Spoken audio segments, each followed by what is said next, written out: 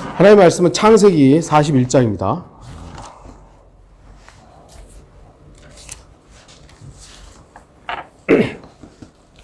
창세기 41장 53절에서 57절 말씀입니다.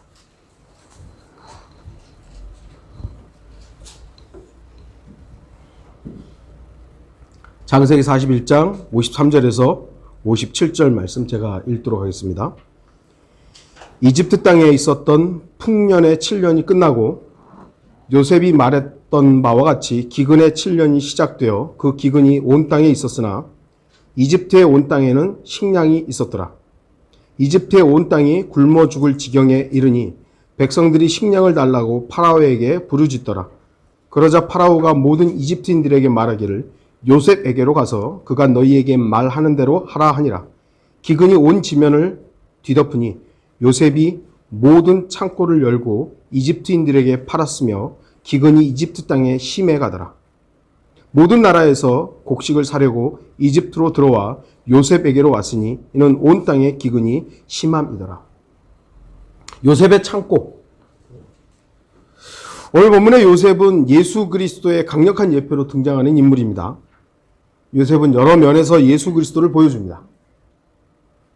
그는 형제들에게 미움을 받았습니다.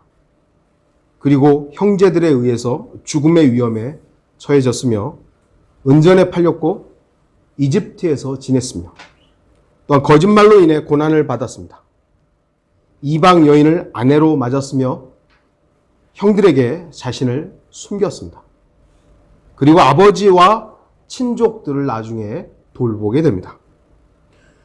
요셉은 다윗과 더불어서 예수 그리스도를 가장 많이 예표하는 사람 중에 한 사람입니다. 오늘 본문도 영적인 적용에 있어서 예수 그리스도를 여러 가지 면에서 보게 됩니다. 먼저 역사적인 배경들을 좀 잠시 살펴보겠습니다. 요셉은 창세기 41장 34절에서 36절에 나오는 그 계획대로 시행을 합니다. 곡식을 모아서 풍년이었을 때, 7년 동안 풍작이었을 때 그 곡식을 모아서 창고에 쌓아두게 됩니다. 그게 47절에서 49절에 나오는 내용들이죠. 곡식이 얼마나 많았든지 나중에는 더 이상 세는 것을 그칠 지경이었습니다. 49절 보시면 요셉이 곡식을 바다의 모래만큼 모았으나 너무 많아서 세는 것을 그쳤으니 이는 그 수가 한이 없습니다. 그리고 이제 흉년이 시작되기 2년 전에 주님께서는 요셉에게 두 아들을 주셨습니다. 두 아이가 태어난 시점에 대해서 따로 나와 있지 않기 때문에 므낫세와 에프라임은 쌍둥이였을 가능성이 아주 많습니다. 카인과 아벨도 우리가 성경적으로 보면 쌍둥이일 가능성이 있고요. 물론 야곱과 에서는 쌍둥이라고 나와 있으니까요. 므낫세가 장자였습니다. 므낫세의 이름의 뜻은 잊어버림.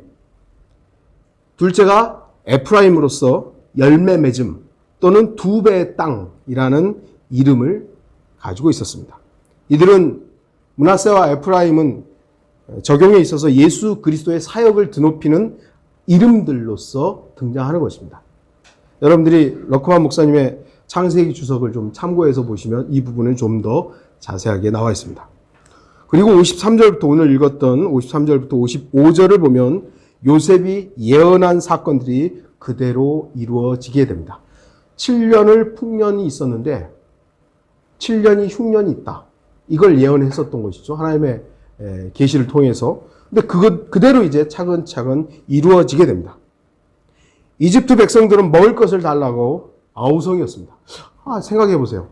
7년 동안 풍년이 있었어요. 근데 요셉만 준비를 했죠.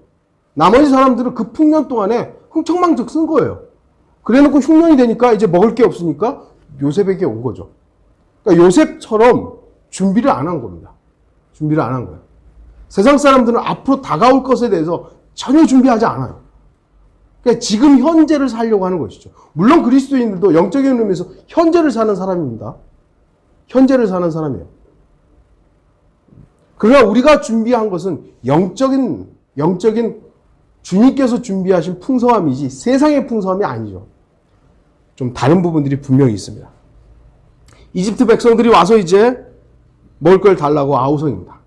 요셉은 그들에게 먹을 것을 팝니다. 기근은 이집트뿐만 아니라 팔레스타인, 리비아, 에티오피아 그리고 소아시아 일부까지 있었던 것으로 볼 수 있습니다. 온 땅에 기근이 심했더라. 그 이집트의 주변 국가들이 다 기근에 허덕였던 것이죠.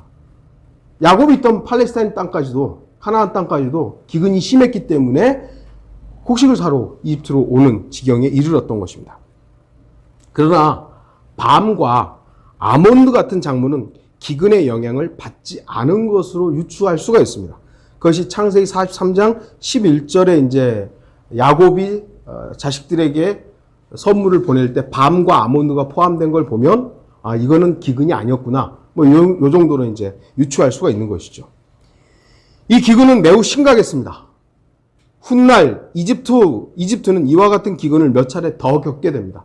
이집트가 강력하게 세상의 예표로 성경은 말씀하고 있기 때문에 이 이집트의 모습이 현재에도 우리가 주목해서 살펴보면 아주 시사하는 바가 많아요.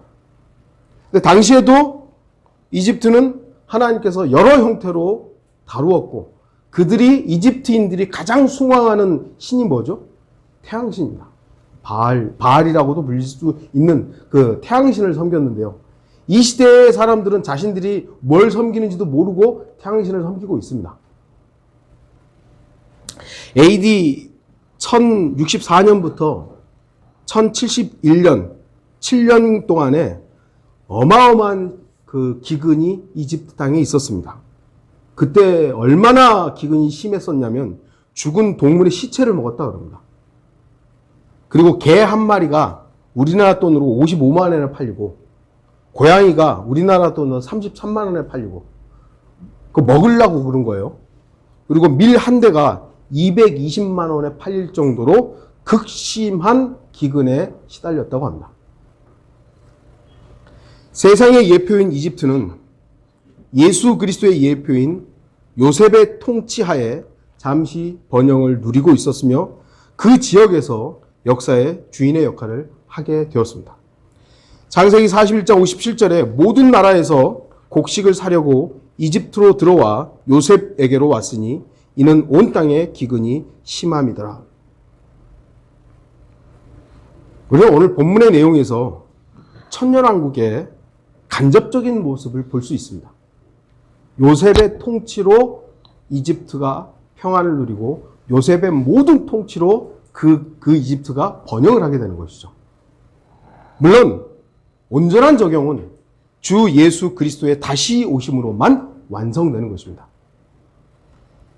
지구상에서 가장 사람들이 잘 산다, 유럽의 복지국가, 미국을 꿈꾸고 그러지만 완벽한 나라는 없습니다. 미국도 이번에 보니까 유타주가 몰몬교도들의 주잖아요. 거기서 일부 다처제가 원래는 중범죄였어요. 중범죄. 그런데 이번에 법안이 통과된 게 경범죄로 낮췄어요. 그래서 일부 다처제를 이제는 뭐라 그러죠? 교통 위반하면 딱지 발급하는 그 정도로 수준으로 그걸 낮춰버린 거예요. 얼마든지 유타주에서는 이제 일부 다처제가 허용될 수 있는 근거들이 지금 점점 만들어지고 있습니다. 그러니까 세상은 완벽한 나라들은 단 하나도 없습니다. 아무리 잘 살게 보이는 유럽의 그 주들도 외형적으로는 잘 살지 모르지만 하나님을 두려워하지 않습니다. 그건 잘 사는 게 아니에요. 오늘날 세상을 보십시오. 한국 사회도요. 제가 항상 말씀드리지만 60년대, 70년대에 비해서 어마어마하게 잘 살아요. 근데 하나님 안 두려워요. 그럼 잘 사는 거 아니에요. 사람들은 어쩌면 우리도요. 잘 사는 것이 너무 당연하게 여겨지다 보니까 이 잘 사는 걸 빼앗기기가 싫은 거예요. 덜 잘 사는 것에 대해서 두려운 거예요. 그러다 보니까 이거 하나 지키려고 믿음이고 뭐가 없어요. 그냥 다 팽개쳐버리는 거예요. 우리 베델교회는 그러지 않기를 바라요. 주님을 두려워하는 것이 최우선입니다. 그 사람이 잘 사는 거예요. 여기 지금 예수 그리스도의, 제가 말씀드렸죠. 예수 그리스도의 오심으로만 완벽한 나라가 완성되는 것입니다. 우리는 그날을 기대하는 것이죠. 교리적으로는 야곱과 그의 아들들에게는 그 기근의 시간들이 대환란과 연관되며 그 대환란에서 자신들을 보호해주는 요셉은 대환란 중에서도 보호하시는 주 하나님의 모습을 예표하고 있습니다. 그리고 오늘 본문의 영적 적용에 있어서 우리 자신에게 얼마나 많은 유익이 있는지를 살펴보기를 바라는 것입니다. 첫 번째로 요셉의 창고는 유일한 창고였습니다. 유일했습니다.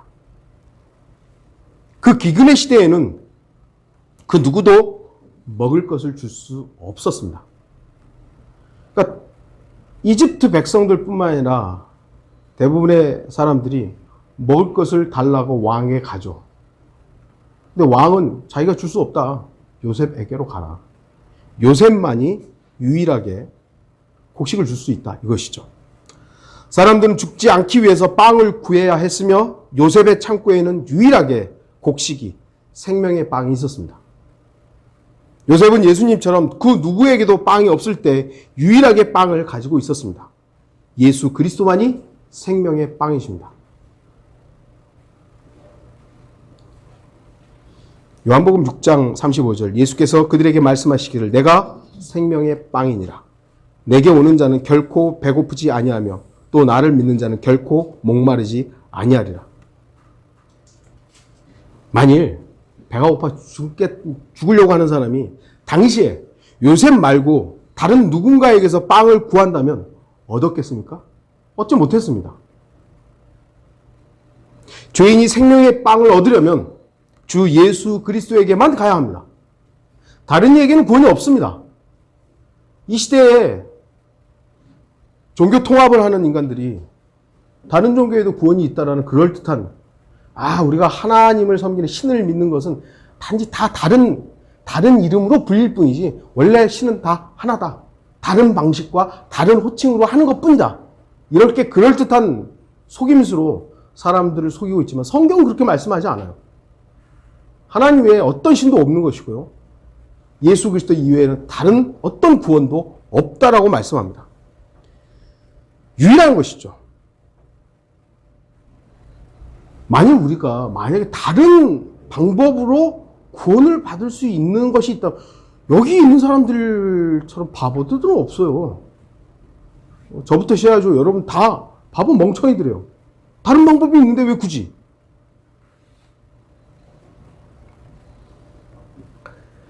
요한복음 14장 6절 예수께서 그에게 말씀하시기를 나는 길이요 진리요 생명이라. 나로 말미암지 않고는 아버지께로 올 사람이 아무도 없느니라. 예수 그리스도를 통하지 않고는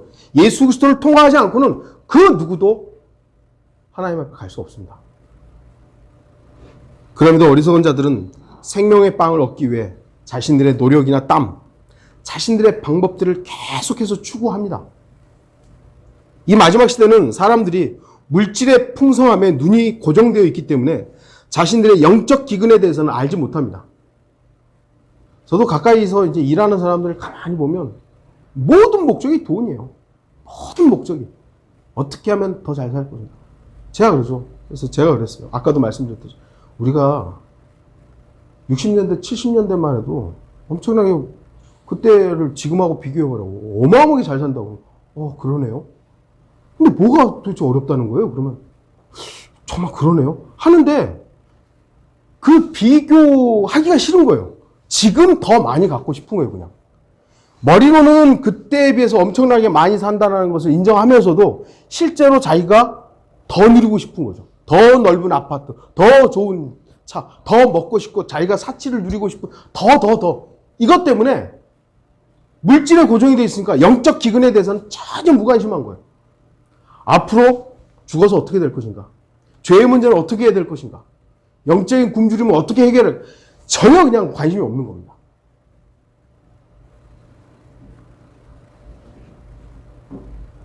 아모스 8장 11절에 주 하나님의 말하노니 보라 그 날들이 오리라 내가 그 땅에 기근을 보내리니 빵의 기근도 아니요 물로 인한 갈증도 아니라 오직 주의 말씀들을 듣지 못하는 기근이니라.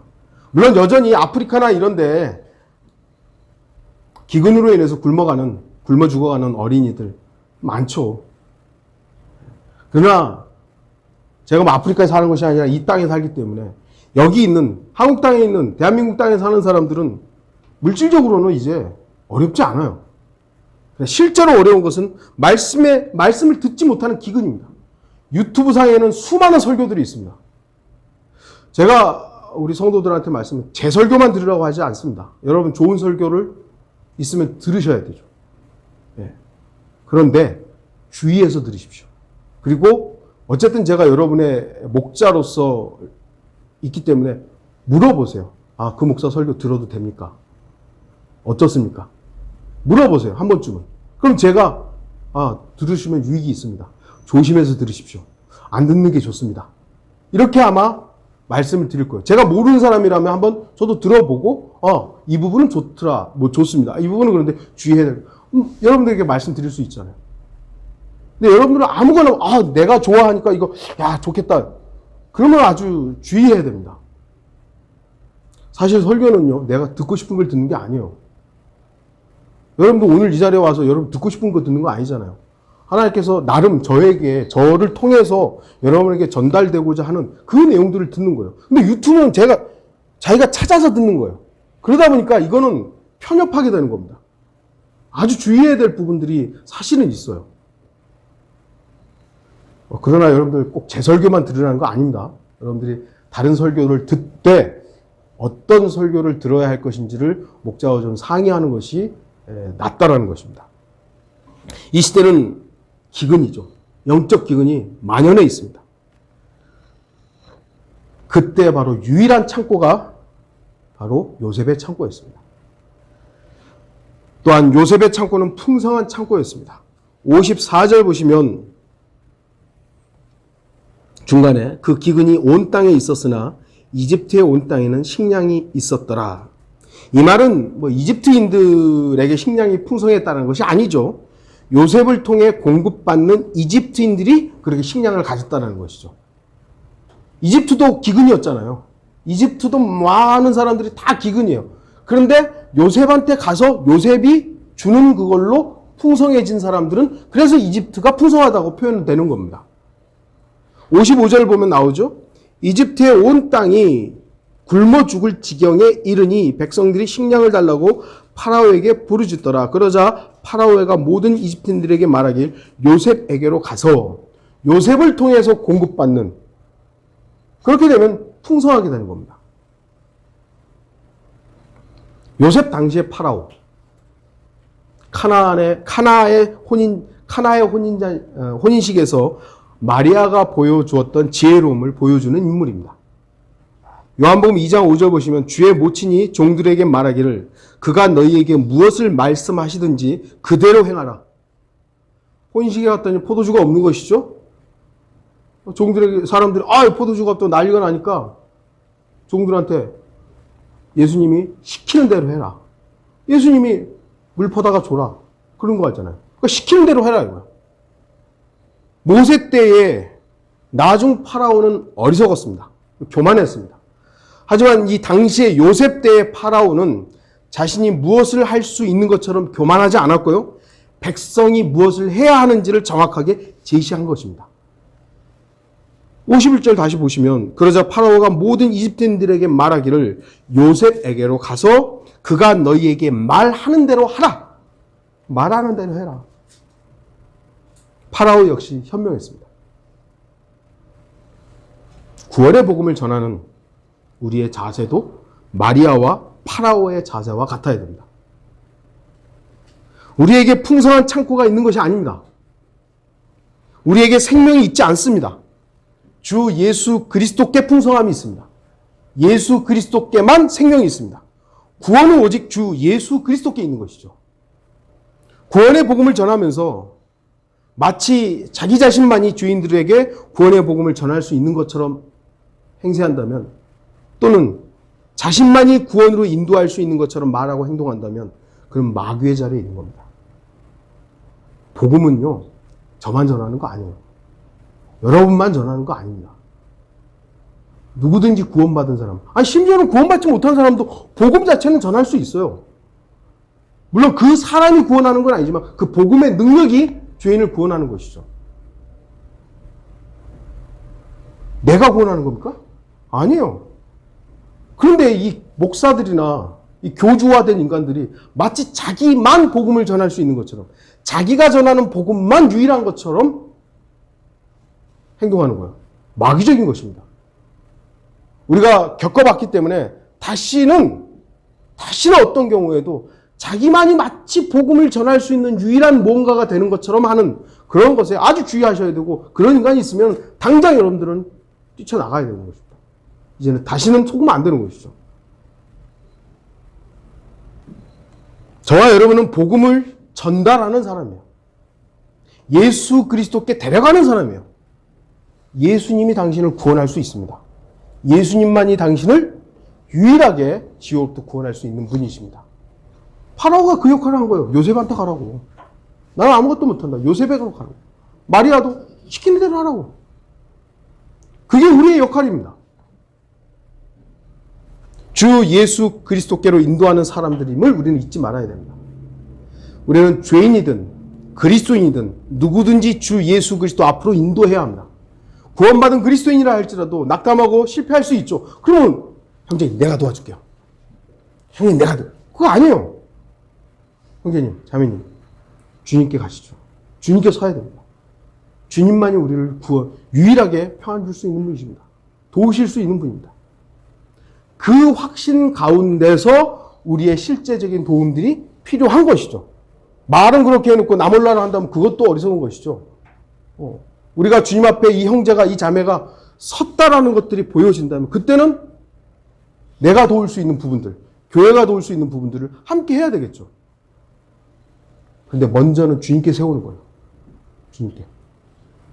주님께 서지도 않았고 주님과의 관계가 회복되지도 않았는데 자매님 제가 도와드릴게요. 그럼 결국 이 사람은 어떻게 돼요? 하나님께 의탁하는 것이 아니라 사람에게 의탁하게 됩니다. 주님만이 생명의 풍성함을 가지고 계시기 때문에 우리는 죄인도 주님 앞으로, 실족한 그리스도인들도 주님 앞으로 이끌어야 하는 것입니다. 우리가 아무리 많은 것을 가지고 있다 해도 그것으로 사람을 만족시키지 못합니다. 주님 앞에 갈 때만이 진정한 풍성함을 얻을 수 있습니다. 마리아에게는 풍성한 창고가 있지 않았습니다. 아무리 파라오가 왕이긴 했지만 그 모든 계획과 준비와 실행은 요셉이 했습니다. 파라오가 한 것은 뭐죠? 요셉한테 가라고. 사람들은 풍성함의 근본이 주 하나님이란 사실을 잊을 때가 있습니다. 우리 역시 어리석고 육신의 성향대로 살고 세상 지향적이 되면 예수 그리스도의 공급으로 살지 않고 자신의 창고를 더 크게 짓고 그것으로 만족하며 그것으로 살려고 합니다. 여러분들은 여러분 스스로가 정말 주님으로만 산다고 고백하실 수 있으세요? 제가 지난주에 잠깐 설교 시간에도 말씀드렸고 또 교제 시간에도 말씀드렸지만 여러분 주님을 사랑하려고 노력하지 마세요. 이게 중요한 문제라서 다시 말씀드립니다. 여러분들 주님을 사랑하려고 노력하지 마시고 주님이 나를 얼마나 사랑하는지를 묵상하세요. 정말 주님이 나를 얼마나 사랑하신가. 우리가 잊어버린 게 그거예요. 주님을 사랑하려고 막 노력하다 보니까 안 되거든요. 주님을 만족하면서 살려고 하니까 안 되거든요. 잊어버린 거예요. 주님이 나를 얼마나 사랑하신가. 주님이 나에게 얼마나 많은 것으로 공급해 주셨는가.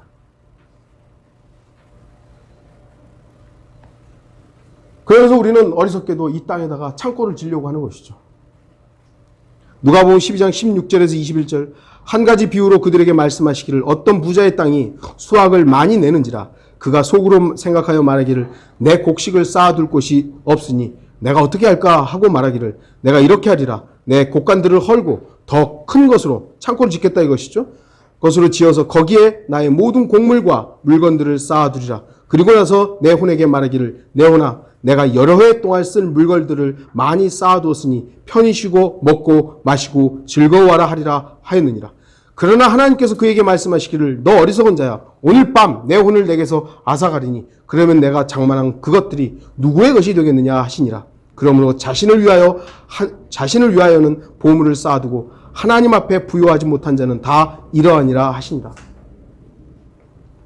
주님의 풍성한 창고를 구하지 않는 사람은요, 주님의 풍요함을 누리지 못합니다. 주님의 그 풍성함을 구해야 되는 거죠. 주님의 풍성함. 주님이 가지고 있는 것에 대한 풍성함이 아니라 주님의 풍성함을 구하는 거예요. 그러면 그 주님의 풍성함이 내 안에 있으면요, 주님이 주실 것에 대한 것이 아니라 주님으로 인해서 풍성한 것이죠. 자신의 창고로 만족하면 주님으로 인해 누리는 만족이 어떤 것인지를 잊게 됩니다. 제가 여러분들한테 제가 말씀드렸죠. 제가 20년 넘게 사역을 하고 있지만, 요즘같이, 뭐라 그럴까요? 편하게 사역을 한다? 그게 오히려 불안해요, 저는. 왜 이렇게 평화롭지? 왜 이렇게 아무 일도 없지? 오히려도. 그래서 그 부분에서, 제가 다른 어떤 것에 마음이 끌리지 않도록 주님 도와주십시오. 오히려 저는 평안하다고 생각하는 이때에 저 더 불안해요. 이 불안을 물론 주님께로 의탁해야 되는 이것도 맞는 것이지만, 여러분들은 어때요? 우리가 추구하는 것이 삶의 안정이고 평안한 삶이라면 그걸로 인해서 됐다. 뭐 이제 돈 더 벌면 되지, 일 더 하면 되지, 이런 것이겠지만, 저와 여러분들의 만족이 그것이 아니라는 것을 기억한다면, 제가 성경을 좀 덜 읽은 것이, 저는 왜 요즘에 성경을 못 읽었지? 그게 좀 불안하고, 책을 읽어야 되는데 책 읽을 시간이 왜 이렇게 없지? 그것이 저도 사실 여러분들은 복음을 전해야 된다는 마음은 있는데 그것이 실천이 안 되는 것에 대해서 되게 저 자신에게 좀 책망을 해요. 이 땅에다가 창고 지려고 하면 안 돼요.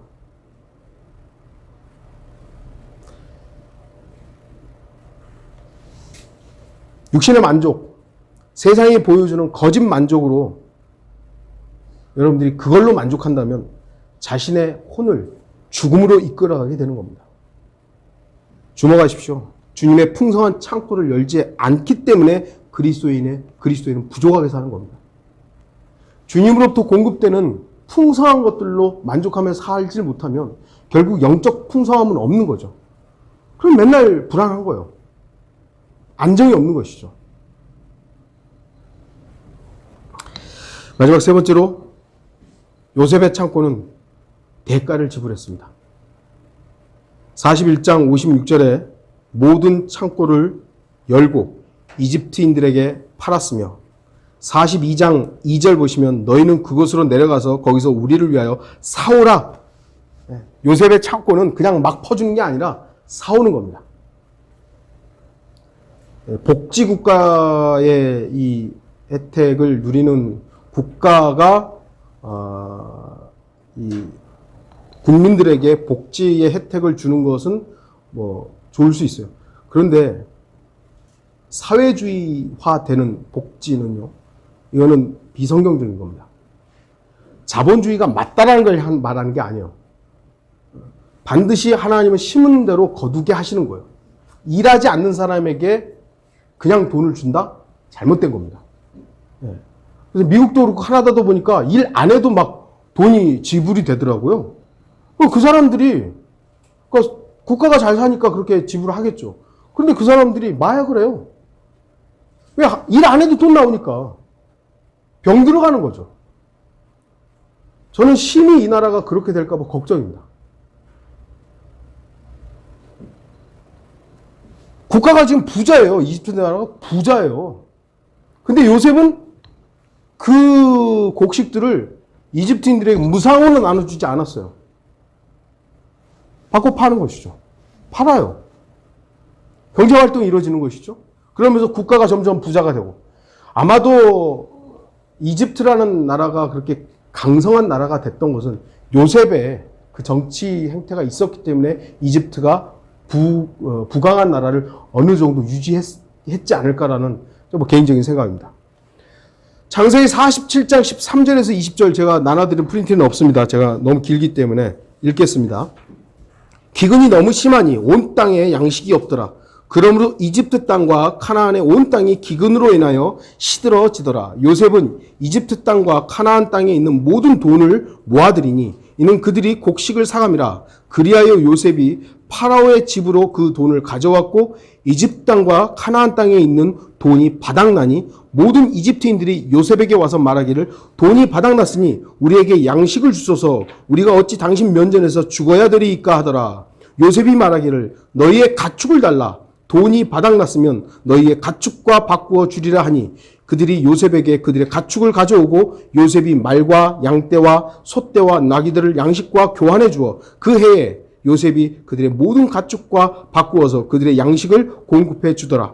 그 해가 끝나니 그들은 그 다음 해에도 그에게 와서 말하기를 우리가 나의 주께 숨기지 않으리이다. 우리의 돈도 다 썼고 우리의 가축대도 나의 주께서 가져갔으니 우리의 몸과 땅 외에는 내 주의 목전에 내놓을 것이 없나이다. 우리와 우리의 땅이 어찌 당신의 목전에서 죽으리이까? 우리와 우리의 땅을 사시고 양식을 주소서. 우리와 우리의 땅이 파라오에게 종이 되리니 우리에게 씨앗을 주소서. 그래야 우리가 살고 죽지 않으며 그 땅도 황폐되지 않으리이다 하더라. 요셉이 이집트의 온 땅을 파라오를 위하여 샀더라. 이는 기근이 그들을 압도함으로 이집트인들이 각자 자기 땅을 팔아서 그 땅이 파라오의 것이 됨이라. 강력한 전제 국가를 이루는 지금 기초를 마련하고 있는 겁니다. 왕국이죠. 왕국. 왕의 나라예요. 왕의 나라. 예수 그리스도께서 이루실 왕국의 예표로 보여지는 겁니다. 이거 다 싫어합니다. 다 싫어요. 이런 전제 국가 싫어요. 이런 제국도 싫어하고. 왜냐하면 자기 사유. 하나님께서 사유 재산들을 인정하시죠. 그런데 천년왕국을 생각해 보시면 강력한 왕권, 예수 그리스도의 강력한 왕권으로만 통치되는 겁니다. 그 예표를 하기 위해서 다 끌어모으는 겁니다. 모든 것을 놔주고 이집트인들의 생명을 삽니다. 구원은 돈 주고 사는 게 아니죠. 영생은 돈 주고 사는 게 아닙니다. 우리가 분명히 아는 것은 구원은 선물입니다. 값없는 선물입니다. 로마서 5장 15절에서 18절 그 범죄와는 다르지만 그 값없는 선물도 그러하도다. 만일 한 사람의 범죄로 인하여 많은 사람이 죽었다면 더욱더 하나님의 은혜와 한 사람 예수 그리스도로 인한 은혜로 말미암은 선물이 많은 사람에게 풍성하였느니라. 또 그것이 범죄한 한 사람으로 인한 것과는 다르지만 그 선물도 그러하도다. 이는 심판은 한 사람으로 말미암아 정죄에 이르렀지만 값없는 선물은 많은 범죄로 인해 의롭다 하심에 이르기 때문이라. 한 사람의 범죄로 말미암아 사망이 그 한 사람으로 인하여 군림하였다면 더욱더 은혜의 풍성함과 의의 선물을 넘치도록 받는 사람들이 한 사람 예수 그리스도로 인하여 생명 안에서 군림할 것이니라. 그러므로 한 사람의 범죄로 말미암아 심판이 모든 사람에게 임하여 정죄에 이른 것 같이 한 사람의 의로 말미암아 값없는 선물이 모든 사람에게 임하여 생명의 의롭다 하심에 이르렀느니라. 여러분들 이미 알다시피 변개된 성서들에는 이 값없는이라는 단어가 다 빠져 있죠. 값 없이 지불된 선물입니다. 사람들의 선물은 뇌물과 선물로 구분이 됩니다. 영어 성경에는 똑같은 기프트예요. 근데 물론 히브리어에서 조금 다르게 사용됩니다만 영어에서는 똑같이 선물과 뇌물이라는 단어가 기프트로 사용됩니다. 이게 어떤 때는 뇌물이 되고 어떤 때는 선물이 돼요. 그런데 인간들의 선물은요, 아무리 선의로 선물을 했어도 기대하는 게 있어요, 은근히. 생일 선물을 줬어요. 그럼 자기 생일 때 선물을 받고 싶은 거잖아요. 근데 값없는 선물은 아무것도 원치 않는 것이요. 그냥 준 거예요. 구원에 관해서는 하나님께서 우리에게 선물을 값없이 주신 것입니다. 우리한테 요구하는 거 없어요. 구원에 관해서는. 물론 헌신이라든지 삶에 있어서는 주님께서 그 몸을 달라고 하셨지만 구원에 관해서는 아무것도 원하지 않은 것이죠. 다시 한번 강조합니다. 우리에게 베풀어진 주님의 은혜는 값없이 지불되었습니다. 하지만 주님께서는 자신의 생명을 몸값으로 지불하셨습니다. 우리가 받은 건 값없이 받았지만 아들 하나님께서는 아버지 하나님께 자신의 생명을 몸값으로 지불하셨습니다. 우리는 값없지만 예수님은 값을 지불하신 것입니다. 그래서 은혜죠. 우리 죄인들이 지불한 것이 없이 선물을 받았기 때문에 값없는 선물임을 잊지 마십시오. 그래서 우리는 구원에 관해서는 아무것도 자랑할 게 없어요. 요구할 것도 없어요. 감사뿐인 것이죠. 그러나 하늘의 창고, 곧 영적 풍성함을 얻고 누리기 위해서는 우리의 것들을 하늘로 옮겨야 된다. 영적 풍성함을 얻으려면 옮겨야 돼요. 마태복음 6장 19절에서 21절, 너희 자신을 위하여 땅에다 보물을 쌓아두지 말라. 거기는 좀과 녹이 해치며 또 거기는 도둑들이 뚫고 들어와서 도둑질하느니라. 오히려 너희 자신을 위하여 하늘에다 보물을 쌓아두라. 거기는 좀이나 녹이 해치지 않으며 또 거기는 도둑들이 뚫고 들어오지도 못하고 도둑질도 못하느니라. 너희 보물이 있는 곳에 너희 마음도 있느니라. 교묘한 목사들이 이런 구절을 가지고 이제 교회에다 헌금을 또 유도하죠. 교회가 쓸데없이 부자가 되는 오늘날 현대 교회들. 그러다 보니까 목사들이 할 일이 없으니까 딴짓하죠, 자꾸. 괜히 정치판에 가서 정치나 하고 있고, 음란한 짓들이나 하고 있고. 왜요? 교회가 부자가 되니까 교회에서 나오는 사례금이 너무 많은 거예요. 그러니까 그거 가지고 쓸데없는 짓을 하는 것이죠.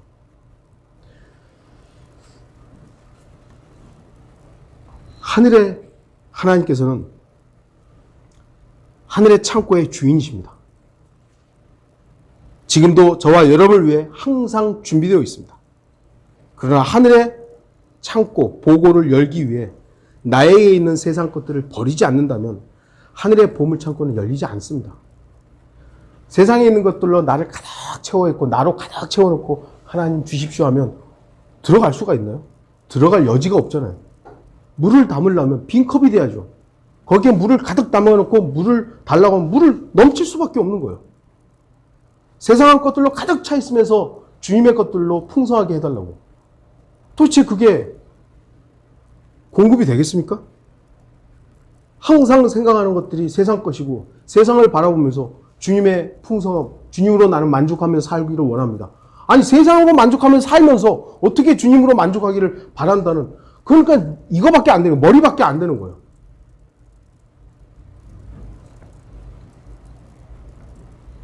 요셉의 창고에서 빵을 더 얻기 위해서 사람들은 자신들의 소유들을 모두 팔았습니다. 처음에 돈 가져왔죠.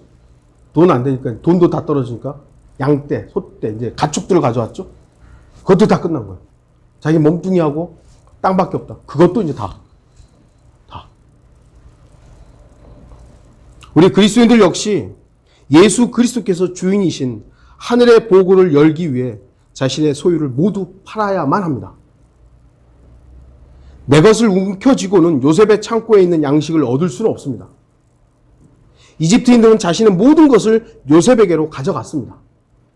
그렇게 함으로 그들은 생존할 수 있었습니다. 우리들 역시 영적으로 생존하려면, 영적으로 무장하고, 영적으로 만족하고, 영적으로 풍성하려면 모든 것을 주님께 드려야 됩니다.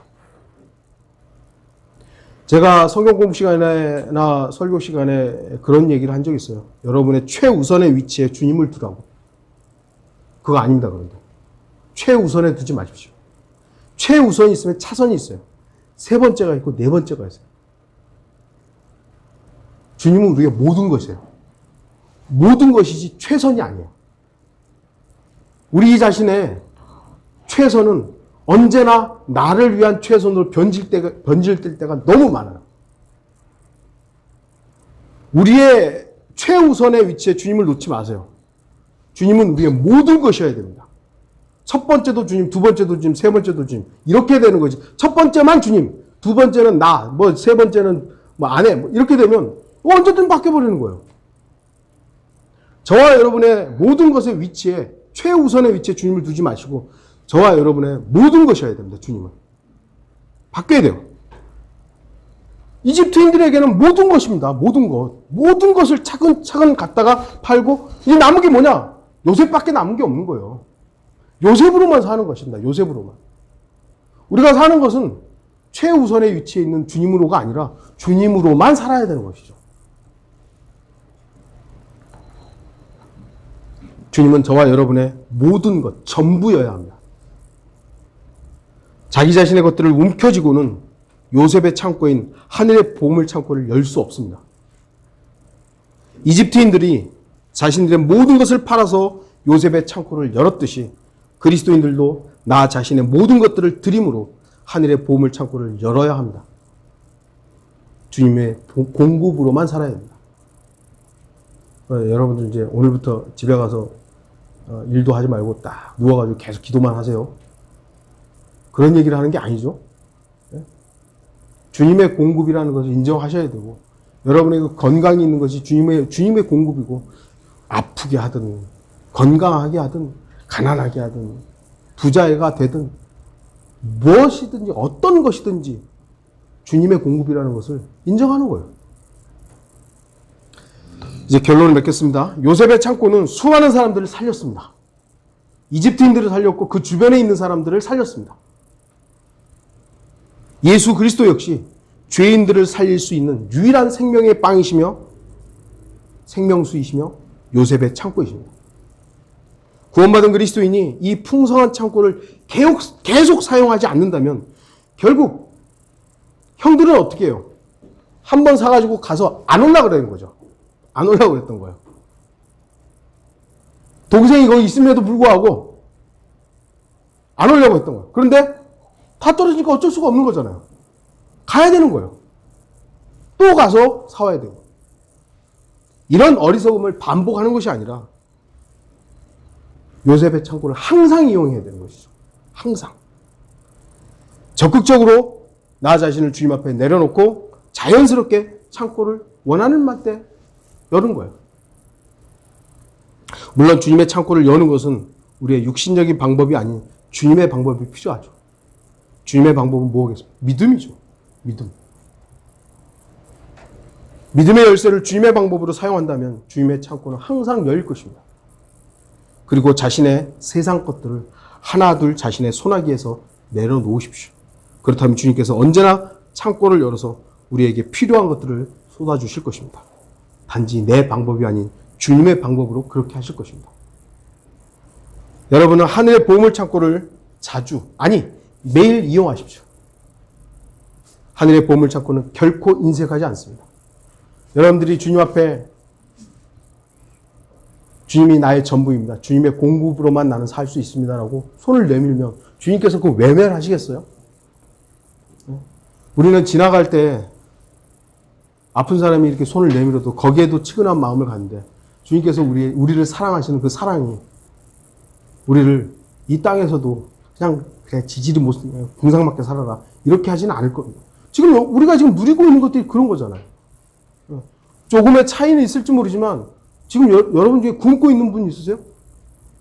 돈이 좀 넉넉하지는 않지만 여러분들이 살아가는데 조금 뭐랄까요? 필요들이 더 있기는 하지만 여러분 굶지 않잖아요. 옷이 없습니까? 집이 없습니까? 차가 없습니까? 다 있어요. 다. 이게 다 누구로부터 공급되는 거예요? 요셉의 창고에서 공급되는 겁니다. 우리가 주님 앞에 나의 전부이심을 인정하고 주님이 나의 전부고 전부로부터 내가 공급받고 있습니다라는 것을 인정한다면 더 풍성한 것입니다. 이 풍성함이 우리의 아버지로부터 공급된다는 것을 항상 잊지 않는 성도들이 되기를 바라는 것입니다. 다 같이 기도하시겠습니다.